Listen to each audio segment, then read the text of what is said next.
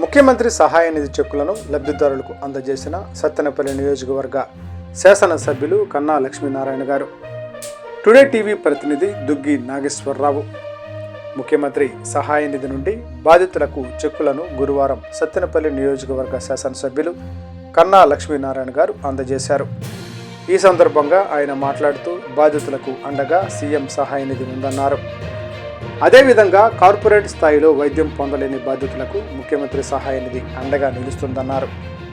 రాజుపాలెం మండలం ఉప్పలపాడు గ్రామానికి చెందిన దుసరా వెంకట కోటేశ్వరరావు గారికి 59,692 రూపాయలు, కుబాద్పురం గ్రామానికి చెందిన చింతకుంట్ల శ్రీను గారికి 85,440 రూపాయలు, నెమలపూరి గ్రామానికి చెందిన దీపంగి నారాయణకు 49,258 రూపాయలు, సత్తెనపల్లి రూరల్ మండలం ఫణిదం గ్రామానికి చెందిన మన్నెకంటి వంశీకృష్ణ గారికి 1,05,343 రూపాయలు, ముప్పాళ్ళ మండలానికి చెందిన బద్దిగం రామతులసమ్మ గారికి 1,08,600 రూపాయలు, కంబంపాటి వినీత్ కుమార్ గారికి 2,52,304 రూపాయలు, బద్దిగం నాగమల్లేశ్వరి గారికి 1,08,600 రూపాయల చెక్కులను సత్తెనపల్లి నియోజకవర్గ శాసనసభ్యులు కన్నా లక్ష్మీనారాయణ గారు లబ్ధిదారులకు అందించారు.